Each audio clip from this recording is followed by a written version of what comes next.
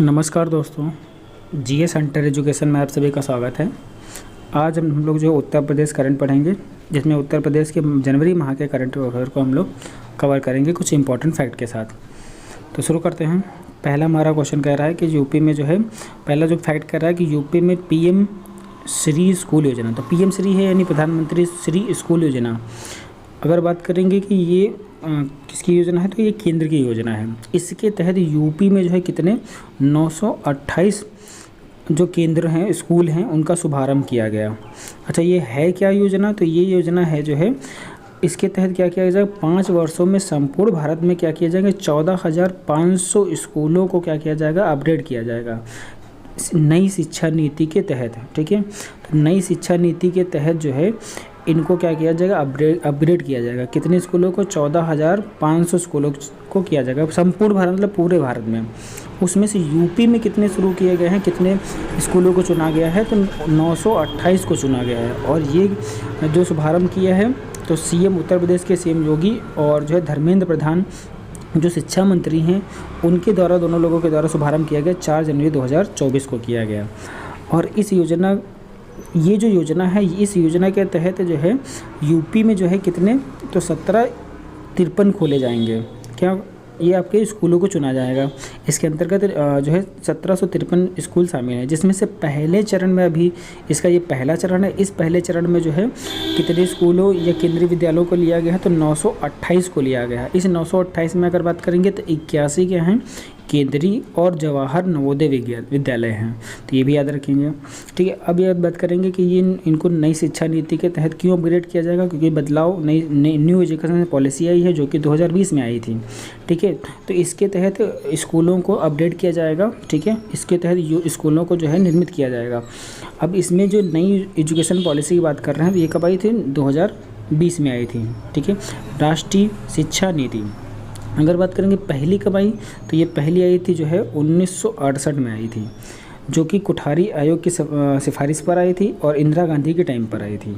ठीक है, ये भी पॉइंट याद रखेंगे। और दूसरी जो आई थी वो आई थी 1986 में। ये आई थी आपकी राजीव गांधी के समय आई थी, और इसी समय जो है ऑपरेशन ब्लैक बोर्ड की शुरुआत की गई थी, इसी जो है शिक्षा नीति के तहत। ठीक है, ये भी याद रखेंगे। अगली अगर नीति की बात करेंगे, तो अगली जो नीति है वो कब आती है, तीसरी। ये तीसरी आती है 1992 में, पीवी नरसिम्हा राव के टाइम पे आती है। इसमें संशोधन किया गया था, 2005 में किया गया था। ठीक है, अब जो चौथी आई है, ये कब आई है, 2020 में आई है। ठीक है, और इसमें क्या किया गया है, 10+2 यानी 10वीं के बाद जो 2 साल का 12वीं होता है, उसकी जगह पे क्या कर दिया गया, 5+3+3+4 कर दिया गया, जिसमें 4 साल का क्या हो जाएगा, ग्रेजुएशन हो जाएगा।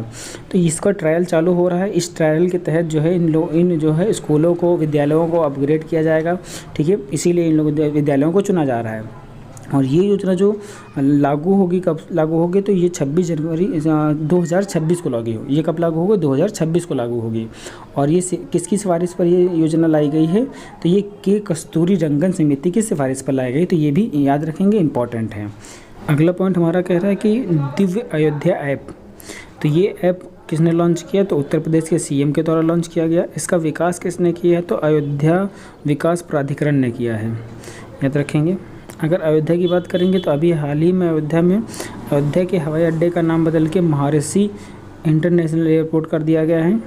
और अयोध्या में 22 मार्च को आपका क्या था, प्राण प्रतिष्ठा हुई थी। अयोध्या के हनुमानगढ़ी लड्डू को जीआई टैग दिया गया है। 18वीं लोकसभा में जो है बीजेपी के जो उम्मीदवार थे, लल्लू सिंह, अभी काफ़ी चर्चा में रहे थे।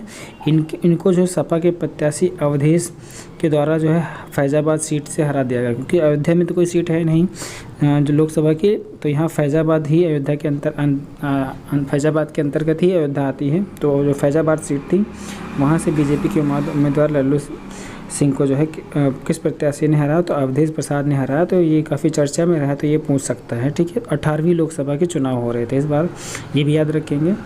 बढ़ते अपने अगले फैक्ट की तरफ। अगला फैक्ट हमारा क्या कह रहा है कि जो है यूपी की दूसरी सबसे बड़ी अर्थव्यवस्था, तो यूपी जो है देश की सबसे बड़ी अर्थव्यवस्था बन के उभरा है। पहले नंबर पर महाराष्ट्र है, दूसरे नंबर पर क्या है, यूपी है।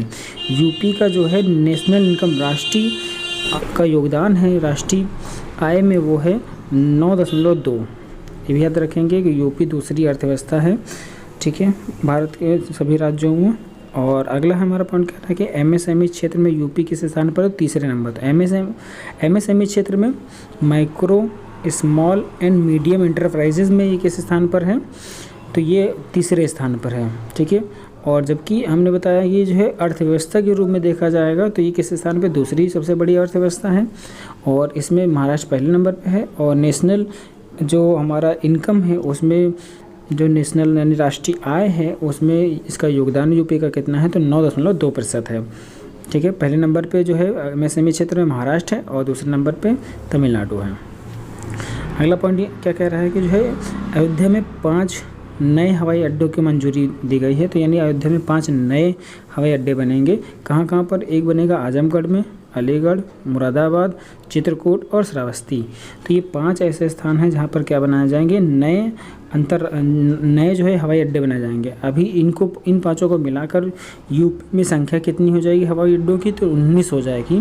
ठीक है, और अंतर्राष्ट्रीय हवाई अड्डे की संख्या कितनी है यूपी में? 5 है। कौन कौन से? पहला है चौधरी चरण सिंह जो कि लखनऊ में है। दूसरा है आपका महर्षि वाल्मीकि इंटरनेशनल एयरपोर्ट जो कि अयोध्या में है।